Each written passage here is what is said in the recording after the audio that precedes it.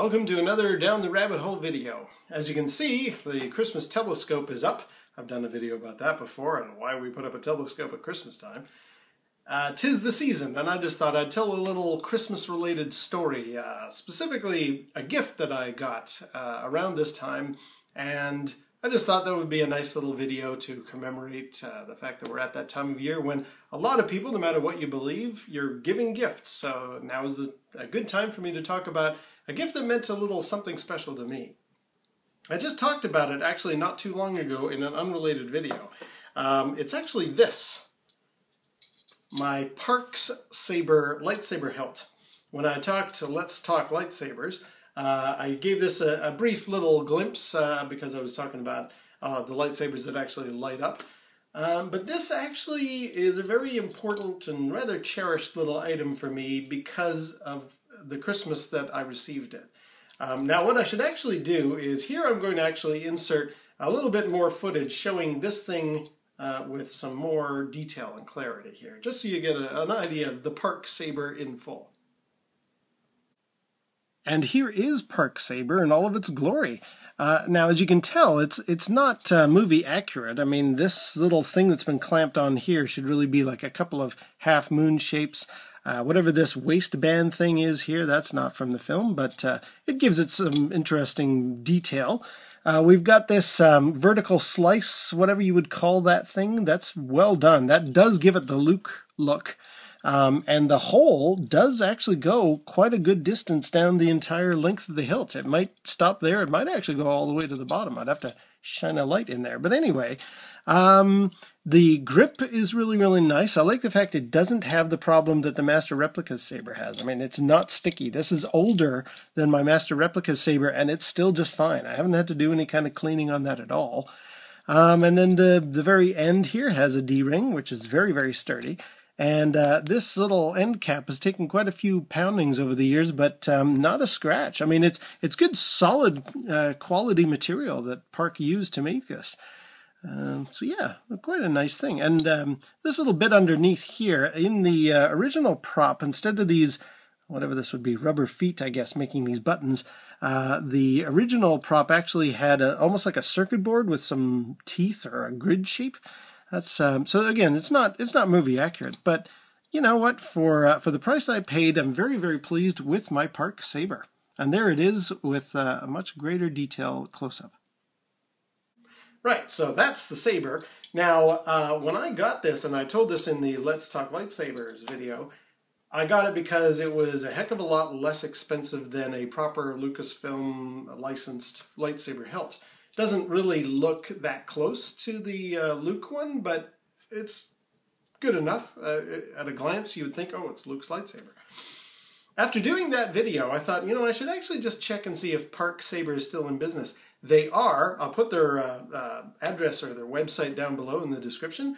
Not only are they in business, they make way better lightsaber hilts than this now. They've got one that is practically identical, like completely authentic to the Luke's lightsaber, and a whole bunch of other ones, Vader and all that other stuff. Now, they don't call them lightsabers. In fact, the Luke one is called a Graflex. Now, why does he call it that? Turns out this whole thing that was done back in the original film, this prop is actually based on the handle that went on a camera that was turned on a tripod. And I don't know if it's the model of camera or just the tripod mount system that's called Graflex, or if Graflex is the brand, but I've heard that name before. Anybody who's into collecting or making cosplaying items for Star Wars, they know the Graflex name. And that's what on Park Saber they refer to the Luke's lightsaber as. You can't get it as Luke's lightsaber, but look for Graflex on their site. You will see what I mean. Those things look authentic. Like they are very, very advanced compared to this one that I got back in the 90s. But yes, the Christmas connection. So I think it was October or November, and I don't remember what year, mid-90s, 96, I think. Somebody had mentioned to me, why don't you just get a Park Saber, because they're a lot cheaper, and if you really, really want a lightsaber hilt, they'll give you a good quality product, which this is. And so I ordered it, and I can't remember if it was cheaper or they just didn't ship to Canada, but my boss said, well, we've got a P.O. box down in the States. Why don't you just get it shipped there and we'll just bring it across the border one time we're doing a run down there. I'm like, oh yeah, that would be great, thanks. So it was very economical for me to get my lightsaber, and I cherish this because of that. A funny story, when the guy brought it across the border, I thought to myself, you know what, it's coming into December, why don't I just leave this in its box, put a little wrapping paper around it and a bow and shove it under the Christmas tree? And that's what I ended up doing. It's a bit silly, I know, getting myself a Christmas gift, but I'm sure I'm not the only one out there who does that.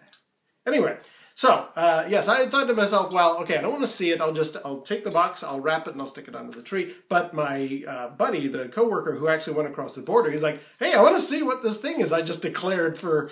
I can't even remember how he got through customs, actually. But anyway, he wanted to see it. And I'm like, well, I don't want to know what it looks like. I want to keep a surprise. He's like, what, are you serious? All right. So he cut open the box and he lifted it out, but I just covered my eyes the whole time. And I did hear him say to one of the other guys in the warehouse, he's like, on guard! And so he thought, oh, this is really cool. And I'm like, okay, I'm hearing that behind my shielded eyes. I'm like, okay, so it's cool, it's good. I didn't just waste my money on something I just bought online without knowing too much about the company. And then he put it back in the box to fulfill my mania. I wrapped it up, stuck it under the tree, and then on Christmas Day I unwrapped this, and I was so pleased. I just thought, yes, this is exactly what was promised, and it looks amazing, and I've been very, very happy with it. So the Park Saber, that actually has a strong Christmassy connection to me, so I just thought I'd share that on this time of year. So given that it is that time of year, I may not do a video for a little bit. I've got, well, we've got Christmas coming, we've got family and friends, and I do have an idea for a video. In fact, I do have a little something that is going under the tree this year, and I will be doing a video about this. But considering that's several days from now, and then I got to upload it, you may not see any videos from me for a while, but just that's why. So soon I hope to have another video up of that item, and we'll have even more new Christmas stuff to talk about. So yes, there we go. Whether you celebrate Christmas or Hanukkah or Kwanzaa, or if you're a Star Wars fan, Happy Life Day, whatever you celebrate, my best to you and your families, and until the next time, we'll see you down the rabbit hole.